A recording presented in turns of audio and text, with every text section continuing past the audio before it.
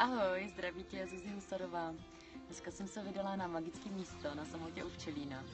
To místo jsem objevila už před více jak rokem, když jsem hledala s mou mamičou nějaký krásný místo, kde si můžu oddychnout uprostřed přírody, dělat jogu a meditaci.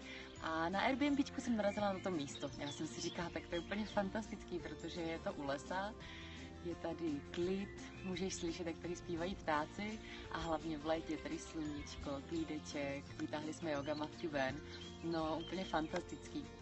A myslím si, že nejenom díky té historii, který tady to místo má, protože už z roku 1933 to byl obytný Včelín.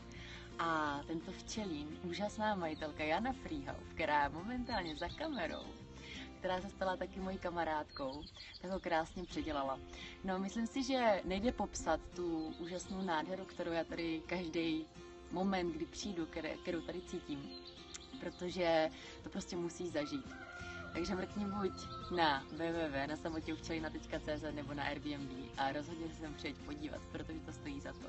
Měj se krásně a klid v duši ze Samotě u Včelína. Ahoj!